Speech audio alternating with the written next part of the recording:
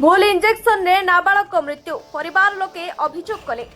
Vasudevpur block Padampur मेळाक साहिर देवकांत बारिकर 15 वर्षर पुओ rocky बाड़ी खेलुवा समय गोड़ आंठुरे एक बाउंस कंटा पशिला। आज वासुदेवपुर डाक्तरखाना पहुंची ड्रेसिंग होई डाक्तर लिखित अनुजाई इंजेक्शन लेथिला। हठात तार मृत्यु होइथिला।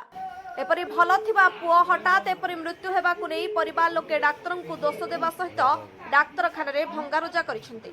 एपरि घटना देखि वासुदेवपुर पुलिस घटनास्थल में पहुंची उत्तेजित लोकों को बुझासुझा करुवा देखा मिली। खबर लेखा हेबा बेलकु डाक्तरखाना उत्तेजना लागि रहिछि।